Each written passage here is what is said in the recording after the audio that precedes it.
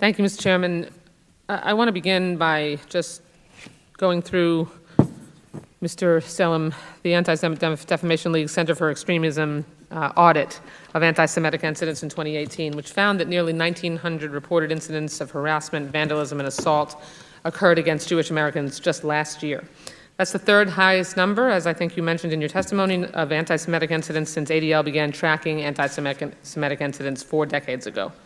76 verified incidents of anti-Semitism occurred in my home state of Florida, the majority of those in South Florida, where I live. In Broward County, my home county, images of a student at a high school performing the Nazi salute on a school's Jewish student union sign circulated on Snapchat. I know the pain of this personally because Nazi-obsessed trolls have viciously taunted my own children on social media.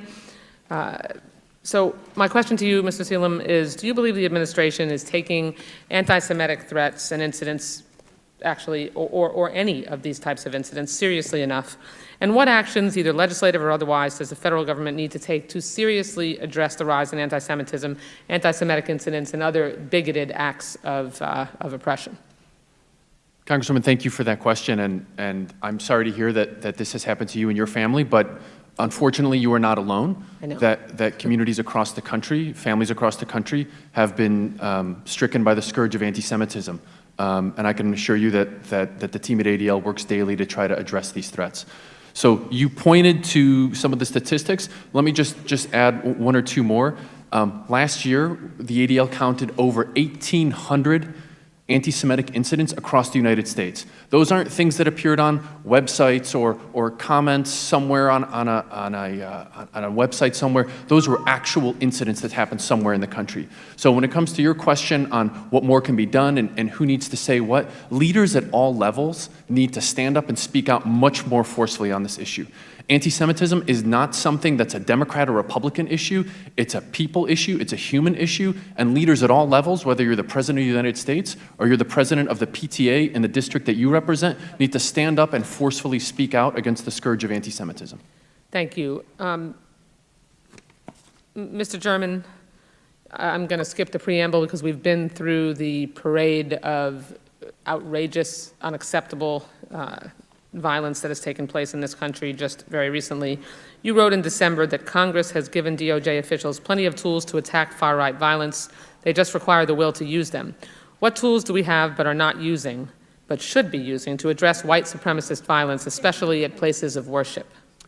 So I think it's very important that law enforcement focus on the acts of violence and the most serious acts of violence. I mean, one of the things that doesn't get acknowledged enough is that Charlottesville was about the 7th or 8th in a series of violent white supremacist riots that occurred all across the country involving many of the same people.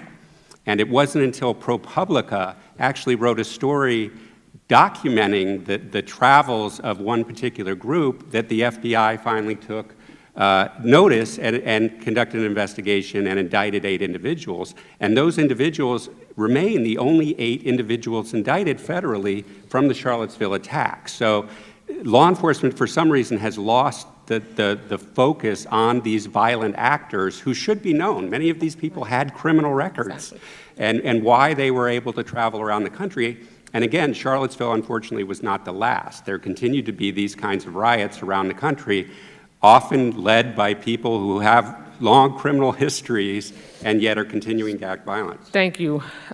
Just in the remaining time I have, any of you that feel compelled to answer this question, we've all spoken today about how our federal government defines and tracks hate crimes and the severe underreporting that has taken place.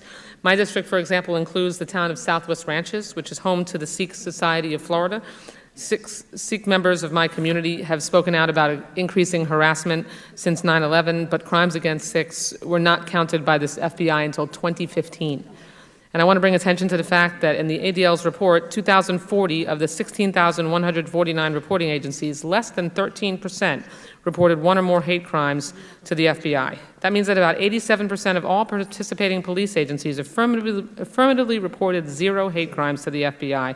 92 of those cities, including 5 in Florida, have a population over 100,000 people, and I could go on. But for anyone on the panel, what are some of the most egregious gaps in how the FBI currently collects and reports hate crime data that should be immediately corrected? And let's just take one answer to that. Mr. German, were you motioning? Or? Sure. So again, just because an agency isn't reporting doesn't mean that there aren't hate crimes. In 2000, Northeastern University did a study and found 5,000 hate crimes that had been reported internally within state governments, but were not reported to the federal government. So it's key to understand that. And what the federal government can do is follow the Hate Crime Statistics Act and actually go out and find these crimes and report them rather than relying on the states to do it. Thank you. And before I yield back, Ms. Breaux, I just want you to know, and I hope you take at least some comfort in knowing that this chairman and our majority takes this issue of white supremacy and the rise of horrific bigotry in this country very seriously, and that we keep your daughter in our heart and our mind every single day, and we fight and will continue to fight in her memory. And thank you for standing up and being her champion. Thank you, Ms. Wasserman.